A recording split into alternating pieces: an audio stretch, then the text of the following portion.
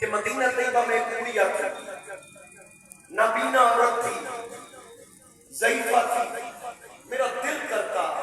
کہ میں اس کے ساتھ نیکی کروں، اس کے گھر کا کام کروں، اس کا کرنے والا کوئی نہیں تھا، اس کے لیے کھانا پکاؤں، اپنے ہاتھوں سے اس کو کھانا کھلاؤں، لیکن جب بھی میں اس کے گھر گیا، اس کے گھر کے سارے کام میں دیکھتا، بستر بھی ڈھپا ہوا ہے، گھر کی صفائی بھی ہوئی ہے، کھانا بھی وہ کھا چکی ہے، کوئی بندہ آتا ہے پتہ نہیں کون ہے، میں اس کی